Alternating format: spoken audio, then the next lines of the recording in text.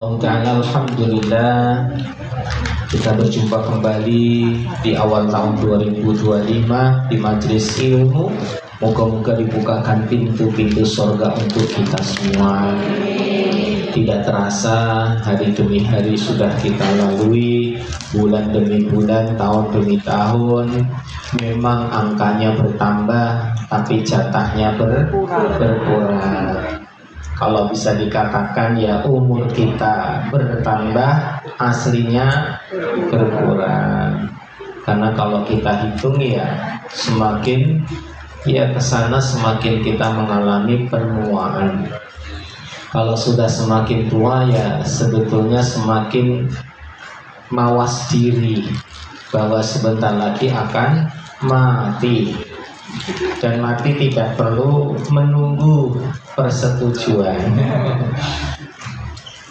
Artinya ya kapan saja bisa. Makanya kita berharap moga-moga dalam keadaan sedang beramal saleh. Sebaik-baik kematian adalah husnul khatimah, berarti ditutup pada saat dia sedang melakukan amal saleh, yaitu amal kebaikan. Ibu dan bapak yang dimuliakan oleh Allah Ta'ala, maka kita berharap agar hidup kita sepanjang hayat senantiasa beriman dan bertakwa. Karena jalan masuk surga tidak ada yang lain untuk kita bisa ke sana kecuali dengan iman dan takwa. Meskipun di dunia ini manusia beramal dengan berbagai cara, artinya dengan berbagai tingkatan pahala.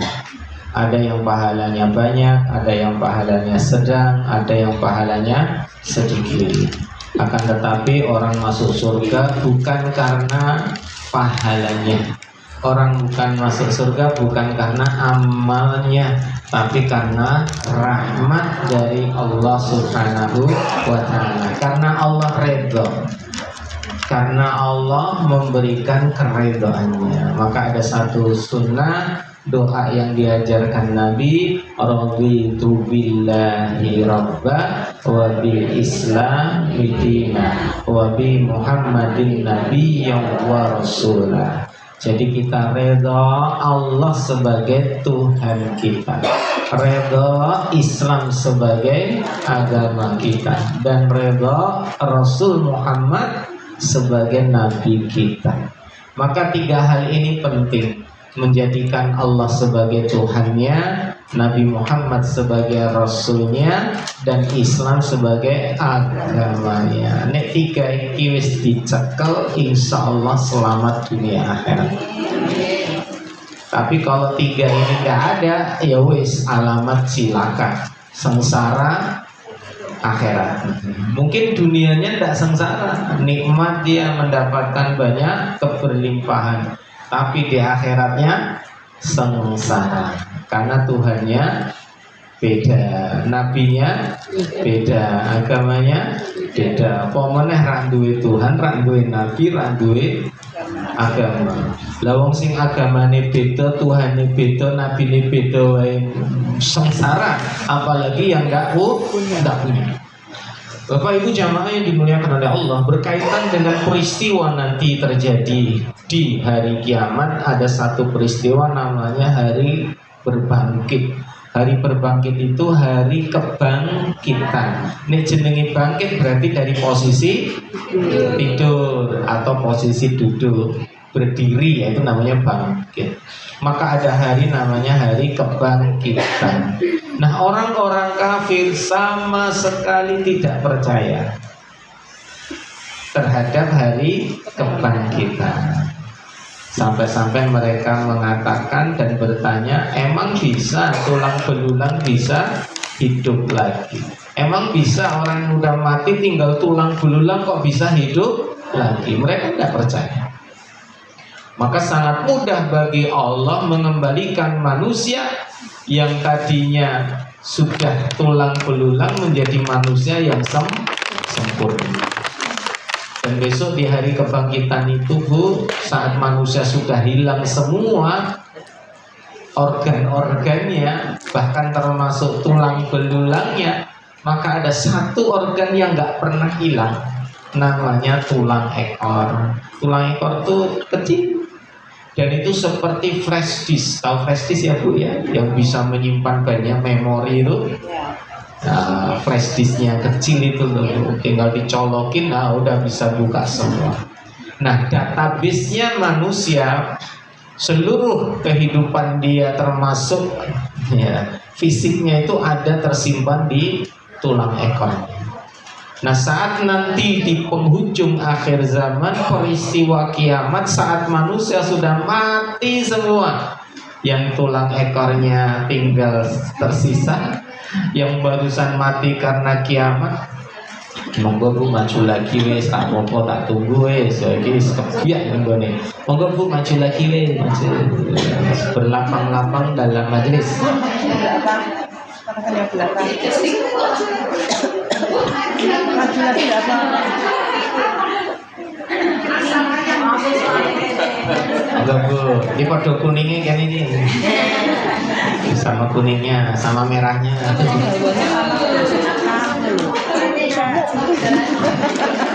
Bone artis lagi. Oke lanjut. Tekan bingung. Oh iya, tulang ekor ya. Jadi saat nanti manusia sudah mati semua dan kemudian saat mau dibangkitkan ini, Allah tinggal menurunkan air hujan. Jadi Allah turunkan air hujan, maka semua yang tadi tinggal tulang belulang, bahkan hanya tinggal tulang ekornya, tiba-tiba tumbuh dari tulang ekor itu badan yang baru, tubuh yang baru. Jadi seperti kecambah yang tumbuh di musim hujan, atau jamur yang tumbuh di musim hujan. Artinya kalau jamur atau kecambah itu kena air, kena basah, itu cepat tumbuhnya. Seperti itu pula nanti tulang ekor akan menumbuhkan kembali jasadnya, persis seperti semula. Maka orang-orang kafir akan terkejut di mana mereka tiba-tiba bangkit kembali utuh lagi, padahal sebelumnya sudah tinggal tulang belulang. Apalagi yang dibakar, dikremasi, dia udah merasa tinggal abu saja, kemungkinan nggak bisa balik lagi, ternyata bisa kembali lagi menjadi manusia utuh. Dan inilah penciptaan Allah Ta'ala, sangat mudah. Artinya mudahlah bagi Allah menciptakan sesuatu yang ada. Ya ada kan, tulang ekor kan ada. Apalagi yang tidak ada, Allah tinggal bilang kun fayakun, jadilah. Nabi Adam itu dulu nggak ada, kemudian dibentuk dengan tanah yang berasal dari bumi, campur itu, ada yang hitam, ada yang merah, ada yang putih, ada yang coklat, seluruh unsur tanah, baik yang keras, yang lembek maupun yang basah, dijadiin satu sama Allah. Dengan tangannya Allah dibentuklah jasad Nabi Adam alaihissalam, dan kemudian menjadi seorang manusia yang berbeda dengan makhluk sebelumnya. Jadi Allah itu menciptakan manusia berbeda dengan makhluk lain, karena sebelumnya tidak ada yang kayak Adam. Malaikat diciptakan dari cahaya, jin dari nyala api, lah manusia dari tanah. Waktu zaman dulu sebelum ada manusia, nggak akan mengira kalau akan ada sosok makhluk berasal dari tanah. Bayangkan ya Bu ya Pak, tanah itu loh, tanah yang kita injak itu, bisa-bisa jadi sesuatu yang luar biasa. Bisa ngomong, bisa lihat, bisa dengar, bisa jalan, bisa apa Bu? Bisa ngomel. Aduh, dengan berbagai modelnya, padahal berasal dari tanah. Yang luar biasa lagi, Allah ciptakan pasangannya Adam, namanya Ibu Hawa. Ibu Hawa dari tulang rusuknya Nabi Adam, dari tulang rusuk sebelah kiri yang paling bawah. Coba dipegang Pak, hilang Pak. Tulang rusuknya hilang dah. Berarti ini hilang memang harus jadi Hawa. Yang hilang cuma Nabi Adam, Bapak Ibu. Kita semua tetap dihitung ya podo. Jadi waktu itu Nabi Adam sedang tertidur, terus kemudian tulang ekornya yang paling bawah sebelah kiri diambil, dan kemudian Allah tinggal bilang kun fayakun, berubahlah tulang itu menjadi sosok manusia. Kalau Adam dari tanah, kalau Hawa dari itu tulang rusuk. Tinggal bilang kun fayakun, jadilah ibu Hawa, Sayyidati Hawa atau Siti Hawa. Sebetulnya panggilannya ya Sayyidati Hawa, tapi ngomongin cepet jadi Siti Hawa. Aslinya Sayyidati. Sayyidati itu penghormatan. Ning kene ya ning Jawa iki ya ibaratnya nek sing tuwa ki jenenge Mbak, misalkan begitu ya. Manggil bapak ya Romo, manggil ibu ya Kanjeng Ibu, itu panggilan kehormatan. Artinya ya yang dihormati, yang dituakan. Sayyidati Hawa atau Siti Hawa. Makanya kalau ada nama kok Siti kabeh itu orang Siti aslinya. Siti Aisyah, Siti Khadijah, Siti Hafsah, kok Siti kabeh atau gitu jenenge. Padahal itu arti dari sebuah sebutan penghormatan doa Sayyidati. Aslinya ya Hawa, Aisyah, Khadijah, gitu ya. Kalau ibu apa? Ada yang namanya Siti. Oh, ada yang namanya Siti ya. Tapi Siti beneran, bukan Sayyidati. Bukan Sayyidati, tapi Siti beneran. Siti. Nah, kembali ya Bu. Jadi Ibunda Hawa itu diciptakan dari tulang rusuk, kemudian tinggal di surga bersama Nabi Adam sampai peristiwa itulah kemudian diturunkan ke dunia untuk memakmurkan bumi dan seisinya. Beranak pinak sampai sekarang. Ibu Hawa itu dikisahkan melahirkan sampai 120 kali. Dan sekali lahir pasangan laki perempuan. Berarti anaknya berapa? 240. Ibu berapa? Anaknya Nabi Adam banyak ya. Dan beranak pinak sampai akhir zaman. Berapa jumlahnya ya sekarang? Kalau yang terlihat itu miliaran, yang tidak terlihat triliunan. Ada yang tahu yang tidak terlihat? Nah, yang bisa jawab dapat door prize. Yang terlihat 8 miliar. Yang tidak terlihat triliunan. Siapa yang tidak terlihat? Non muslim. Hari ini yang muslim itu cuma 1,5 miliar. Berarti sisanya berapa? 6,5 miliar tidak muslim. Jadi penduduk bumi hari ini yang tersensus, terdata, yang terlihat nih 8 miliar lebih. Yang muslim ya 1,5 miliar lebih dikit lah. Nah ada yang nggak kelihatan, itu jumlahnya lebih banyak, triliunan. Dan mereka disebut dengan bangsa Ya'juj dan Ma'juj. Nggak kelihatan dong hari ini, belum keluar. Mereka masih disembunyikan Allah karena dikurung oleh Raja Zulkarnain dengan dinding besi. Dan besok akan runtuh dinding ini dan keluar semua Ya'juj Ma'juj dari atas gunung, dari bawah tanah, dan memenuhi seluruh bumi. Dan dikatakan oleh Nabi, tidak ada sejengkal tanah melainkan di situ akan ada Ya'juj dan Ma'juj. Jadi semua daratan itu penuh dengan Ya'juj Ma'juj. Kali cari kebak, Durungan kebak, Semarang kebak, Jawa kebak. Apa? Bentuknya seperti kita manusia. Ya'juj Ma'juj itu keturunan Yafid bin Nuh alaihi salam, punya ciri karena ini bangsa Yafid seperti kita. Orangnya pendek, rambutnya ya bukan keriting, lurus seperti kita. Kulitnya putih seperti orang Cina itu, orang Mongol. Dahinya lebar seperti perisai ya, mukanya juga lebar. Terus kemudian kulitnya ya seperti kita. Ya cirinya kayak orang Cina, orang Mongol. Nah mereka bangsa perusak. Artinya setiap ketemu orang dibunuh, ketemu binatang dibunuh, ketemu perempuan diperkosa, habis itu dibunuh, ketemu pohon ditebang, ketemu air diminum, habis langsung. Ini Ya'juj dan Ma'juj. Orang Amerika, orang Barat, orang non Muslim menyebutnya Gog and Magog. Apa? Gog and Magog. Nanti tahun 2025 akan ada film namanya Gog and Magog. Filmnya namanya Ya'juj dan Ma'juj. Nah, mereka membuat film untuk mempersiapkan peristiwa akhir zaman. Meskipun buatan orang Barat, ya referensinya ya sebagian dari referensi umat Islam. Tapi digambarkan ini Gog and Magog ya versi mereka. Ya versi mereka yang buruk rupanya, sangat mengerikan wajahnya, busuk baunya, kayak zombie kan. Dan jumlahnya banyak, ya memang banyak. Nah, menurut sebagian orang-orang Barat itu Gog artinya itu raksasa, Magog itu kurcaci. Jadi Ya'juj Ma'juj itu orang yang tinggi besar raksasa dan kecil seperti kurcaci.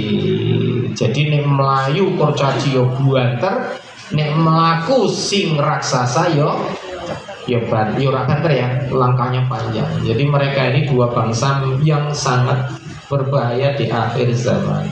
Nah, jumlahnya itu loh Bu yang banyak Pak. Karena pada saat di hari kiamat nanti Nabi Adam alaihissalam dipanggil sama Allah. Ya Adam,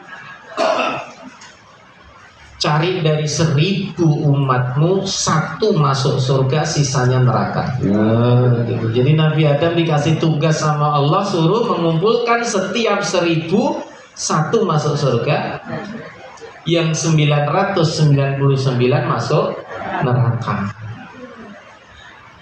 Berarti penghuni surga sama penghuni neraka banyak mana? Banyak neraka. Nah, kemudian para sahabat bertanya, ya Rasulullah, bagaimana Nabi Adam bisa menyelesaikan itu tugas itu? Kan nggak mudah gitu. Maka Rasulullah mengatakan, Allah membantu Nabi Adam dengan menghadirkan Ya'juj dan Ma'juj. Jadi nanti bangsa yang masuk ke neraka semua adalah Ya'juj dan Ma'juj. 1 orang beriman masuk surga, yang 999 ini orang Ma'juj, Ya'juj dan Ma'juj yang masuk neraka.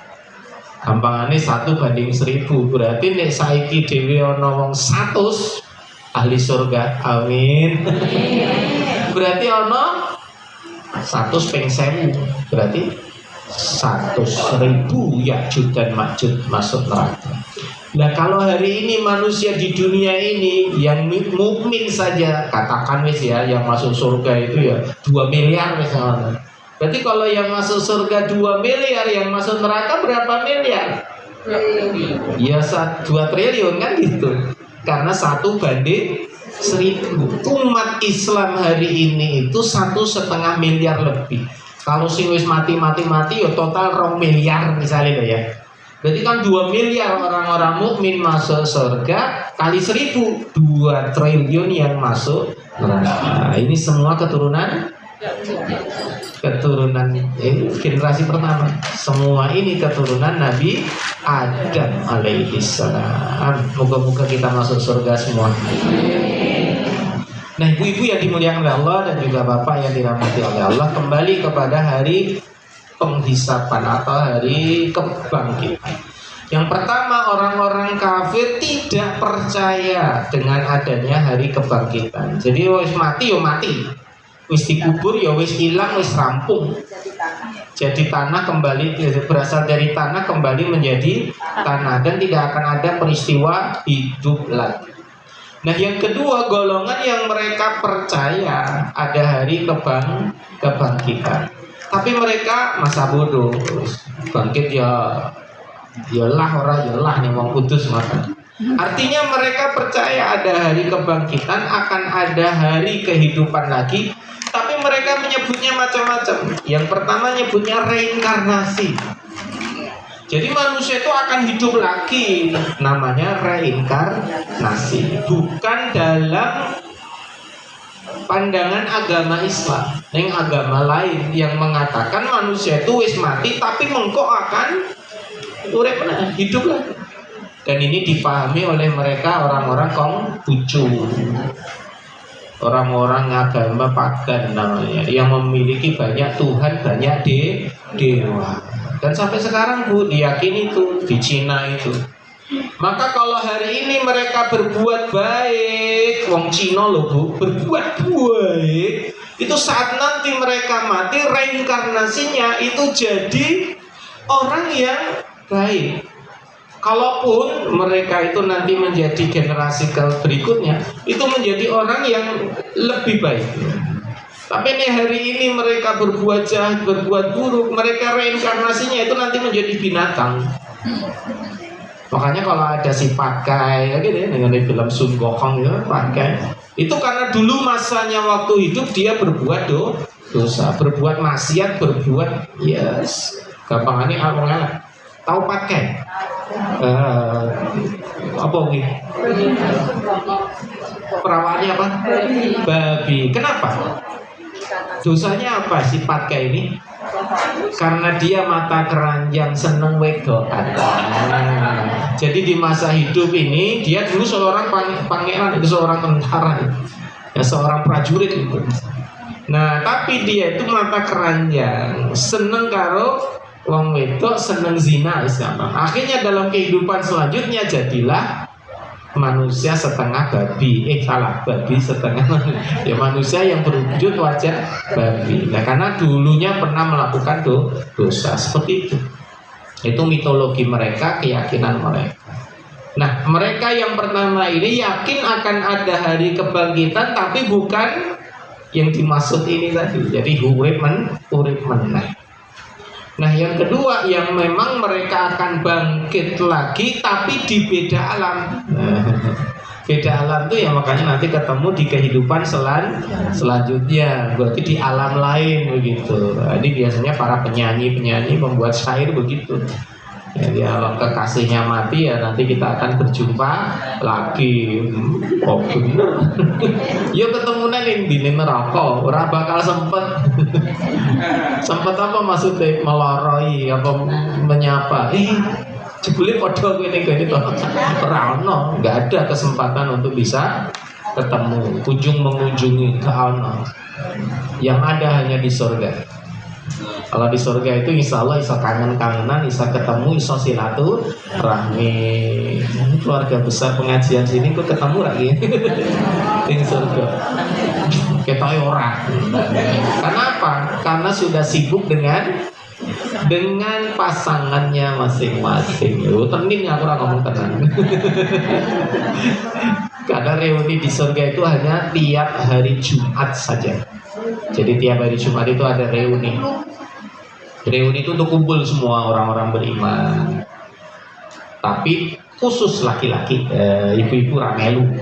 Ibu-ibu hanya di istananya masing-masing, di keputrennya masing-masing, istananya sendiri-sendiri. Orang melu-melu, mas aku melu mas, orang semua terjaga ya. Ibu-ibu tinggal di istana masing-masing.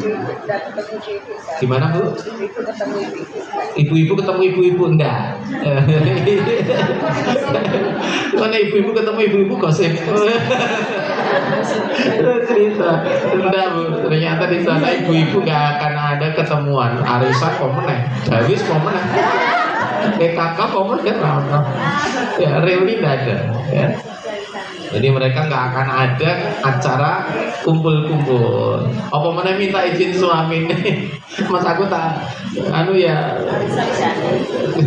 misalkan izin mau ketemu temennya yang dulu lontang-lantung nih dunia, foto-foto swargo nih, mas aku tak mengunjungi kau rano. Karena di sana itu acaranya hanya menghabiskan dengan pasangannya setiap saat. Entek waktunya kanggo pasangannya. Wis pokoknya itu. Dan ibu dijaga, nggak ada laki-laki lain yang melihat ibu. Misalkan dengan punya pasangan, bapak punya pasangan, di antara pasangan mereka nggak akan ketemu. Misalkan silaturahmi jenengan ke beliau ya, bojone tak bakal ketemu, nggak bakal terlihat. Bahkan ngomong, aku tak dulu bojomu itu ono. Bener-bener para apa? nggak punya pasangan. Oh, berarti episode keberapa jenengan nggak hadir? Jadi di surga itu nggak ada yang jomblo. Jadi di surga itu punya ketentuan. Masih ingat ya 3 ketentuan pasti. Yang pertama, di surga itu manusia tidak pernah tua, muda terus selamanya. Itu aturannya di surga. Nah, di surga nggak ada orang tua. Ini yang paling tua siapa ini? Besok masuk surga kembali muda. Masih remaja bu, mahasiswi mati, ya besok muda. Anak SMP mati, ya besok langsung muda bu. Mudanya itu umurnya antara 22 tahun sampai 33 tahun. Dalam riwayat kalau perempuan itu umurnya 22 tahun. Kalau laki-laki semua sama 33 tahun. Ora ono sing tua, ora ono sing nom. 33 padha kabeh. Seperti umurnya Nabi Isa alaihi salam saat diangkat ke langit. Nah ibu-ibu 22. Jadi sing SMP kok mati langsung muda. Jadi umurnya 22. Sing wis bah-bah langsung mudun jeglek. Umure 22. Mbak ayu meneh Mbak.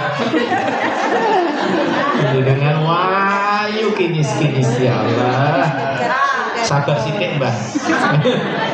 Kurang sedelok.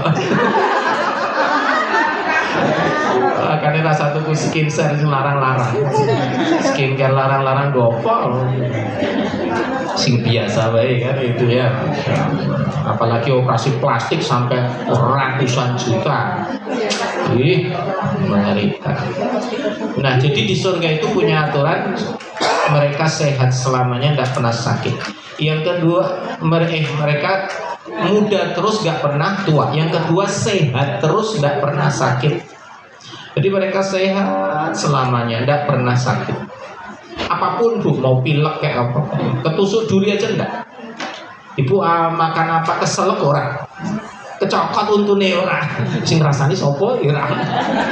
Sariawan ndak, mules kan ndak mumet momen ya.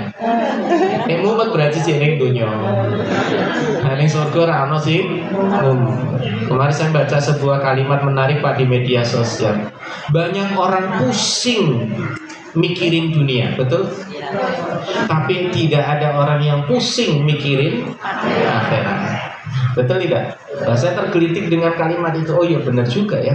Kebanyakan orang kan mumet, aduh siraku mumet ya. Mesti mikir dunia, betul ya? Terus mikir utang, mikir anaknya, mikir bojone, mikir tonggone, mumet pak.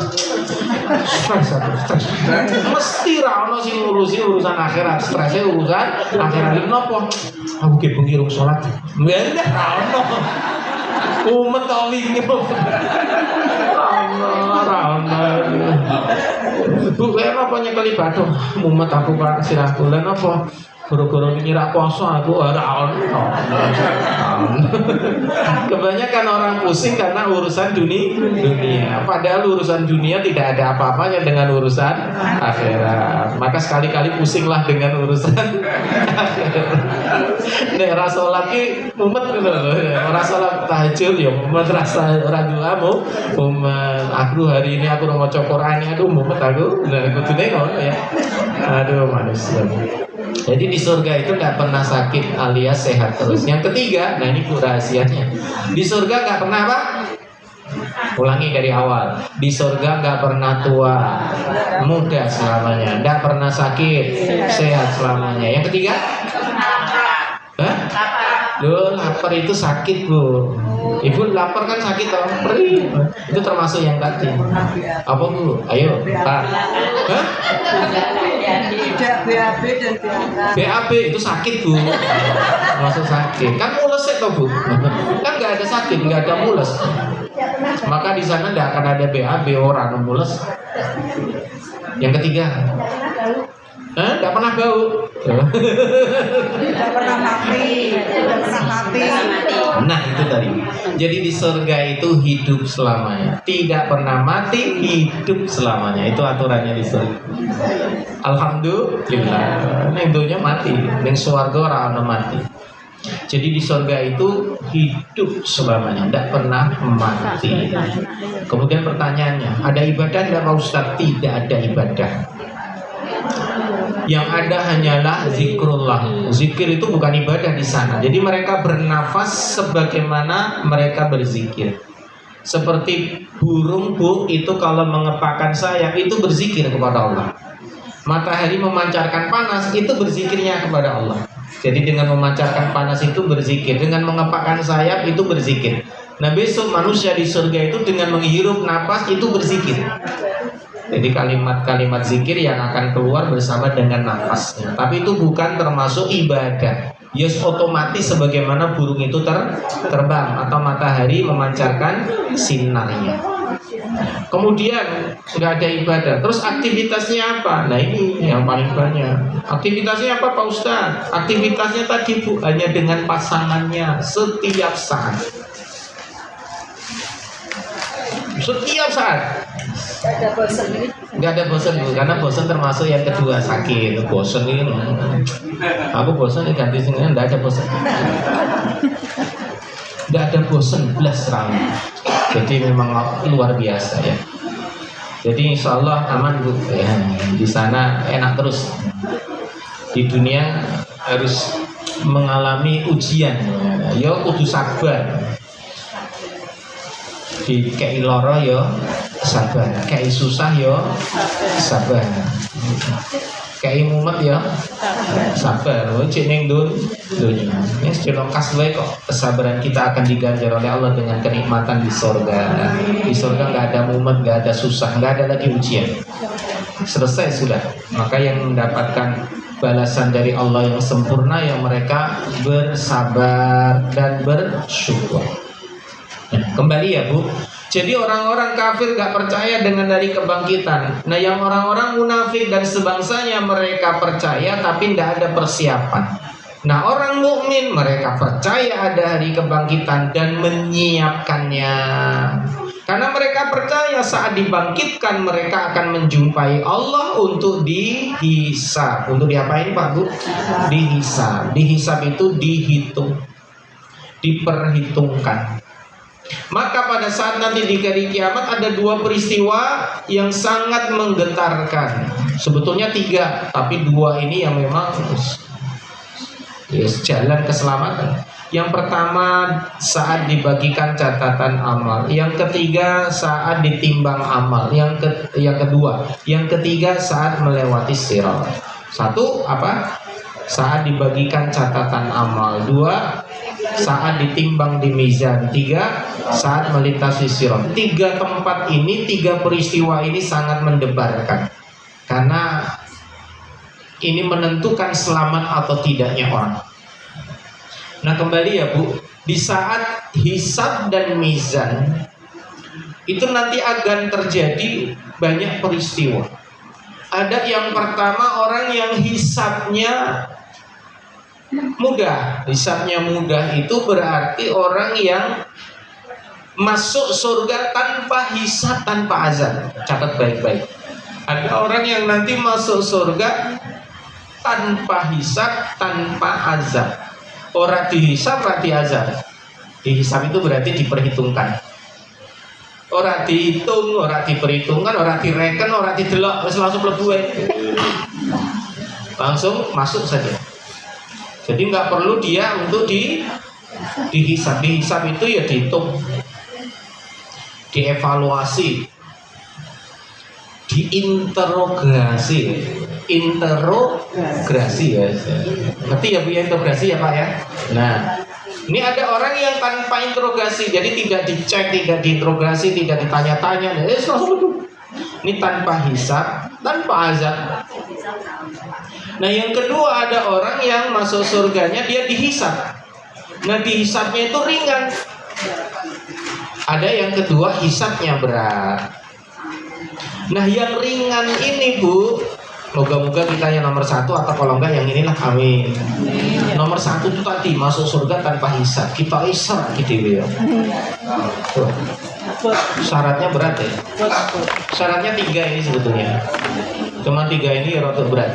Yang pertama beriman kepada Allah, yang kedua tawakal kepada Allah, yang ketiga tidak pernah ke dukun, nggak mau jadi dukun. Nah ini yang berat. Berarti ini dewi wis tau ning dukun gugur. Wis tau ning dukun berarti gugur. Atau pernah ke dukun? Ya pernah ke dukun ning dukun ya maksudnya. Pemerintah jadi dukun, wah angel. Maka tidak bisa. Yang beriman dan bertawakal ini memang dalam hidupnya selalu bersandarnya kepada Allah. Sampai-sampai generasi sahabat itu yang terbaik itu ada seorang sahabat namanya Ukasha bin Mihsan, ahli surga tanpa hisab. Masuk surga nggak pakai hisab, langsung masuk surga. Oh rasa dihisab, rasa ditimbang, rasa dibuka catatannya seperti gue. Ini orang-orang istimewa. Dan Ukasha bin Mihsan itu memang sahabat Nabi yang sangat cinta kepada Allah dan Rasulnya. Jadi mereka itu kalau minta bersandarnya sama Allah penuh udah. Serang duwe orang jaluk karo menungso jaluknya langsung Allah Ta'ala. Nah ada Nabi ya langsung sama Nabi lah. Ini tawakalnya luar biasa. Nah yang kedua itu orang-orang yang hisabnya ringan. Moga-moga kita kalau enggak yang pertama ya yang kedua lah. Amin. Hisabnya ringan itu Bu, Pak, perhatikan. Dia hanya ditunjukkan catatannya saja, tapi tidak diinterogasi. Dikai rapote, didelokke nilainya. Wes didelok nilainya to Bu, Pak, ora ditakoi. Orang ditanya-tanya, oh itu aman itu. Insya Allah masuk surga dengan mudah. Amin. Alhamdulillah. Jadi saat diberikan catatan amal, kemudian ditanya sama Allah, sudah benar itu semua catatannya? Pada saat itu diperlihatkan dulu dosa-dosanya itu. Benar ya Allah, dia udah merasa nggak bakal ahli surga ya. Habis itu diberikan lagi catatan amalnya yang seluruhnya itu pahala, dan pahalanya lebih banyak daripada dosanya. Apakah itu benar? Benar ya Allah, gitu. Maka pada saat di dunia aku tutupi aib-aibmu, maka di akhirat ini, di hari ini aku juga tutupi aib-aibmu dan aku ampuni dosa-dosamu. Silakan masuk surga. Oh enak. Tidak diinterogasi. Nah yang ketiga ini yang masuk surganya dihisab dengan berat. Masuk surga loh Bu, tapi dihisab dengan berat. Berat itu diinterogasi sih. Diinterogasi itu berarti ditakok-takoki. Nah nantinya orang beriman ini yang ditanya-tanya ini, kalau mereka bobot amalnya baik sedikit, dosanya banyak, dia mlebu neraka sih. Tapi kan kok mlebu swarga. Nah, ini disebut juga ahli surga meskipun masuk neraka dulu. Nah ini yang hisabnya berat. Maka sabda Nabi SAW, barang siapa yang dihisab, dia akan kena azab. Nah ini, barang siapa yang dihisab, maksudnya apa? Siapa saja yang diinterogasi sama Allah, pasti dia dapat azab. Waduh, nah ini yang berat. Makanya yang nomor 2 tadi, dia dihisab, hanya ditunjukin saja catatan amal, tapi orang ditakoi. Misalkan ya ibu nilainya di situ ada 9, ada 8, ada 7, ada 6, ada 5. Orang ditakoi 5 piye? Wah, buang rapotmu, enggak ditanya. Dianggap yang lainnya sudah bagus. Sing 5, sing 4 ya ono seluruh posisi wis diabaikan. Wis delok rapote wis monggo. Tapi yang nomor 3 ini kabeh buang.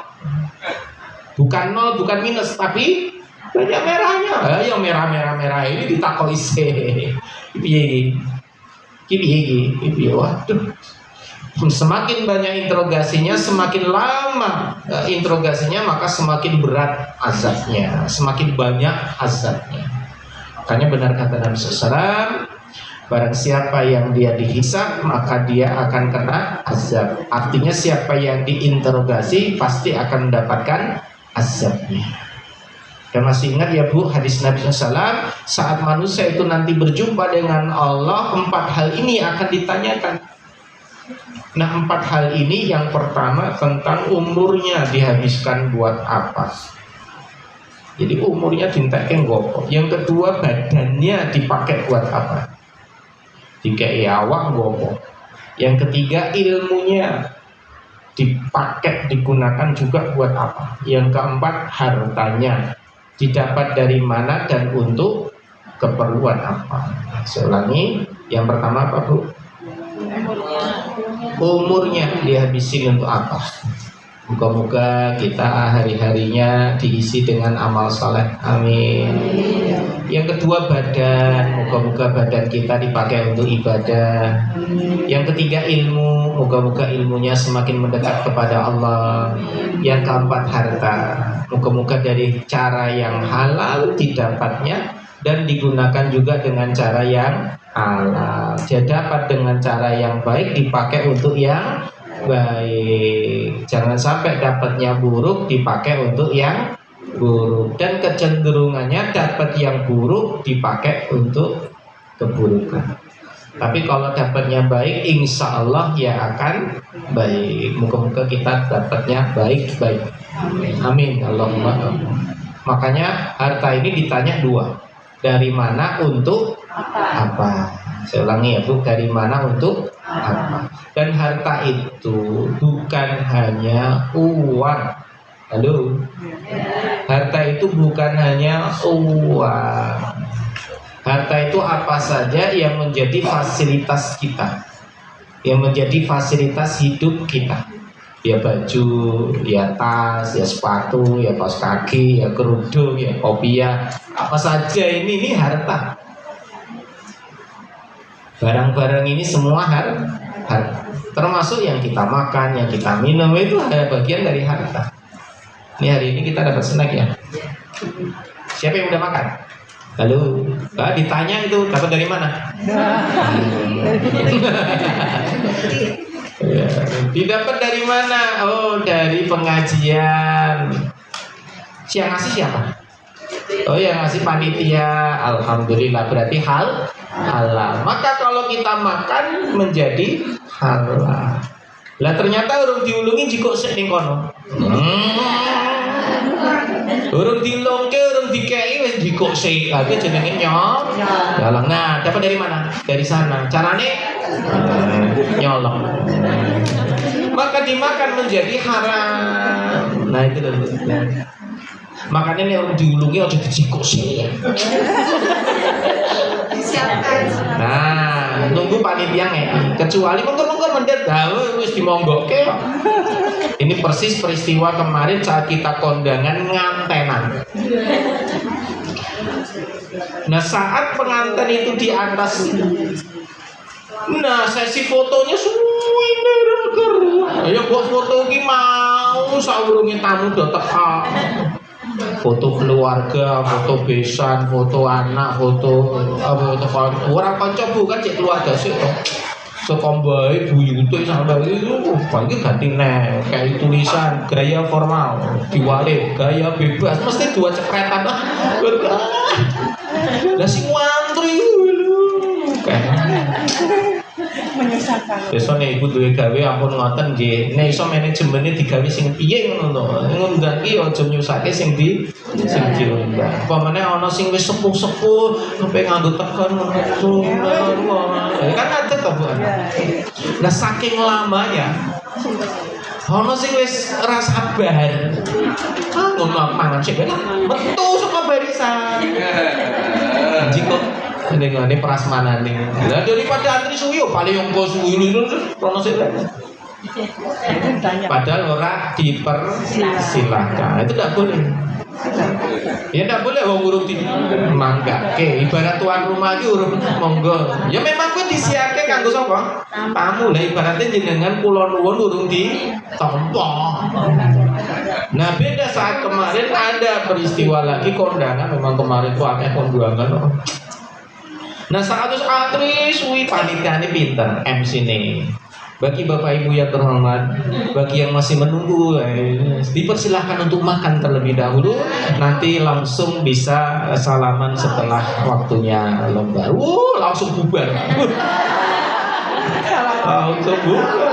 Semangat sih. Lah semua foto-foto nih suwi. Nah ini panitia ini pinter. Raket mau. Berarti melu ini berarti. Nah itu makan sih. Habis selesai makan mereka langsung antri. Wis kuat awake ra apa-apa, sekalian pamit ya saling ngono rasa pamit rasa ngono meneh wis padha wae kan gitu. Nah, akhirnya ini contoh panitia yang nah kembali ya Bu, konteksnya tadi adalah ini urung dipersilake ya aja sih. Kecuali ini sudah dipersilahkan monggo, wis dadi pun. Kayak belum ya aja urung dibuka istilah itu. Maka jangan. Nah ini ibu-ibu yang dimuliakan oleh Allah dan Bapak, harta itu akan ditanya dari mana dan untuk apa. Nah barang siapa yang susah menjawabnya, lama menjawabnya, berarti hisabnya lama, interogasinya lama, dan ini rawan dengan azab Allah Ta'ala. Makanya orang-orang yang berat hisabnya kebanyakan orang-orang kaya, karena hartanya banyak. Maka pertanyaannya ya banyak, urusannya ya banyak, banyak. Apa mana sing wingi koruptor kuwi wis mungkin luwih kritik daripada para hakim itu. Ya luwih kritik dan luwih berat. Dan masalahnya besok di hari kiamat ini ada orang yang tidak bisa jawab, atau dia memang nggak mau jawab, langsung dikunci mulutnya, yang jawab tangannya, kakinya. Ini mesti dikunci, serana alasan meneh, serana alasan lagi. Tapi kalau yang jawab sudah tangan dan kaki, terus piye caranya? Kalau mulut bisa dikendalikan, wong duwe ati iso gampang ya mengolah kata sedemikian, tapi ini wis dikunci. Tinggal tangan kaki, kulitnya yang bicara. Lah wis piye saya iso apa-apa to ya. Maka kata Nabi SAW, dan ini juga para ulama menyebutkan, saat nanti ditanya sama Allah, jawabannya ora usah ngeyel. Ini kuncinya. Barang siapa yang banyak beralasan, itu azabnya semakin lebih berat. Makanya rasa kakean alasan, rasa ngeyel, rasa kakean alasan. Terus gimana? Akui saja. Gitu Pak. Apakah itu kemarin kamu melakukan dosa? Betul ya Allah. Apakah itu kemarin kamu melakukan dosa? Betul ya Allah. Apakah kamu betul ya Allah. Terus pokoknya ya dan ya. Apakah itu amal solehmu kemarin? Betul ya Allah sebagaimana. Terus pokoknya ya. Wis gampang itu. Tapi ini kakek alasannya, ya Allah masalahku ya Pak Allah ngajak-ngajak udah Allah suwen. Kakean wis. Oh ya salah sudah. Bayangkan tuh pengadilan dunia aja kayak gitu ya. Apalagi pengadilan akhirat. Wong sing kakean alasan lebih berat azabnya. Makanya orang beriman itu ringan karena apa? Mereka ya wis karena Tuhannya Allah ya wis ra iso ngelak ya wis monggo terserah jenengan ya Allah nggih ngoten mawon. Jelas? Jadi memang kuwi salah ya ngaku salah. Nggih terserah jenengan hukum nggih monggo wong kula nggih boten saged napa-napa. Boten dihukum nggih niku kemenangan jenengan semonggo kan gitu. Sampai di dalam kitab Ihya Ulumuddin itu Imam Al-Ghazali menggambarkan, dan ini kisah-kisah yang masuk di karangan para ulama, disebutkan nanti di neraka itu ada dua orang yang sudah lama di dalam neraka dipanggil sama Allah. Tapi orang-orang ini sebetulnya ahli surga, cuman masuk dulu ke neraka, dipanggil dua-duanya sama Allah. Yang jelas mereka ahli neraka. Nah saat itu kemudian dua-duanya ini ya setelah dipanggil, satu dipanggil dulu. Sekarang kamu masuk surga. Suruh masuk. Maaf, sekarang kamu masuk surga. Apa namanya? Kamu sekarang masuk neraka. Balik ke sana, balik. Dia lari cepat tuh. Balik lagi ke tempat semula. Dipanggil lagi sama Allah. Loh, kamu kok balik lagi ke sana kemana? Kok cepat banget lu balik mana? Ya Allah, dulu saya di dunia itu karena lelet tidak mau melaksanakan perintahmu, karena lelet males akhirnya aku mlebu neraka. Lah saiki aku wis ngerti. Nek diperintah Allah aja lelet. Makanya jenengan perintah saya suruh kembali ke neraka, suruh kembali ke tempat saya, aku layu luwih banter. Wong dulu di sini ning donya aku lelet. Saiki aku wis ngerti rasane disiksa karena gara-gara lelet. Lah aku sekarang diperintah suruh kembali, ya saya kembali dengan sesegera karena aku ingin segera melaksanakan perintah. Nah, kayak itu Bu, langsung Allah berikan tempat dia di surga. Wah, kamu ternyata sudah benar. Akhirnya diambil sama Allah masuk ke surga. Dan yang satunya lagi sama, kembali ke neraka. meneng wae. Rak kembali ke neraka meneng wae. Ditanya sama Allah, "Kenapa kamu saya perintah ke neraka enggak mau?" "Ya Allah, kok jenengan iku mboten welas AC kali kula. Lah wong jenengan itu welas AC, mosok kula tuh pun suwi teng neraka jenengan perintah kula teng neraka malih niku pripun? Kula niku teng ati pun batin jenengan insyaallah welas AC, enggak mungkin saya akan dikembalikan ke neraka." Saking harapnya itu, akhirnya wis mlebu surga kono-kono. Disuruh masuk surga juga. Kenapa? Karena dia punya harapan kepada rahmannya Allah, punya harapan terhadap rahmatnya Allah. Dia tidak kembali ke neraka karena berharap kasih sayangnya Allah. Akhirnya masuk surga. Nah yang satu kembali ke neraka dengan cepat karena ingin segera melaksanakan perintahnya. Yo mlebu surga. Ini artinya dua orang ini tidak banyak alasan.